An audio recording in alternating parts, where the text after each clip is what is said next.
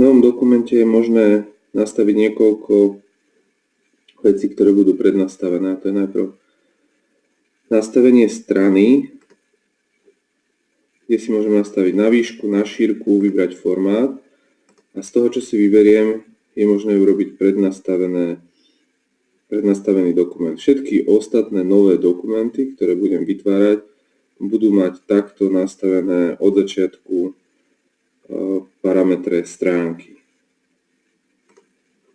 Druhú vec, ktorú je možné nastaviť,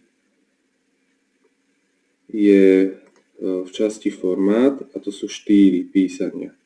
Čiže môžem nastaviť rôzne odsadenia, nastaviť, ako sa bude tváriť normálny text, názov, podnázov, nadpisy.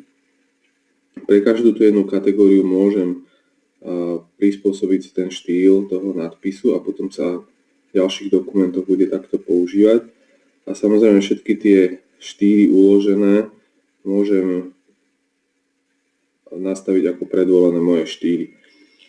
Štýly sú dôležité pri štruktúre dokumentu, ľahko sa potom dajú z neho robiť automatické obsahy. Alebo vytvorený dokument, ktorý si nazveme ako šablóna,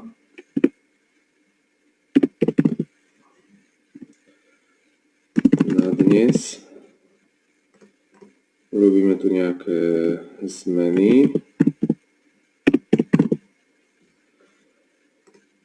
A zmeníme si typ písma, nejaké ďalšie veci. A takto by som chcel, aby vyzerala šablóna.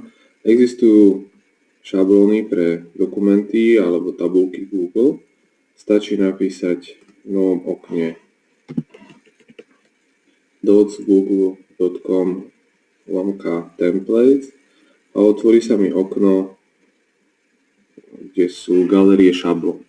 Jednak sú tu verejné šablóny, ktoré môžem použiť a vytvoriť si z nich dokument, ktorý bude môj.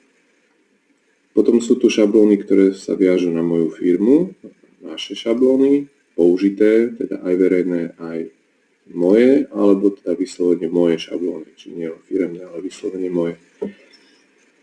Zoradiť sa dajú podľa najnovších rôznych typov šablón, či to pre tabulky, prezentácie, nákresy, formuláre, alebo aj podľa obsahu, podľa nejakej kategórie, do ktorej sú zaradené tie šablóny.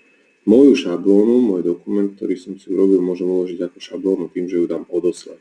Odoslať dokument do galérie šablón a tým potom všetci ľudia v galérii tejto mojej firmy všetci používateľia budú vedieť nájsť tieto šablóny a použiť ako svoju vlastnú šablónu. Čiže stačí tu v tomto mieste vybrať z dokumentov, čiže šablóna na dnes sa stane šablónou, zadám popis, kategóriu, aby sa to dalo ľahšie hľadať, zaradím, vyberiem jazyk a šablóna je vytvorená.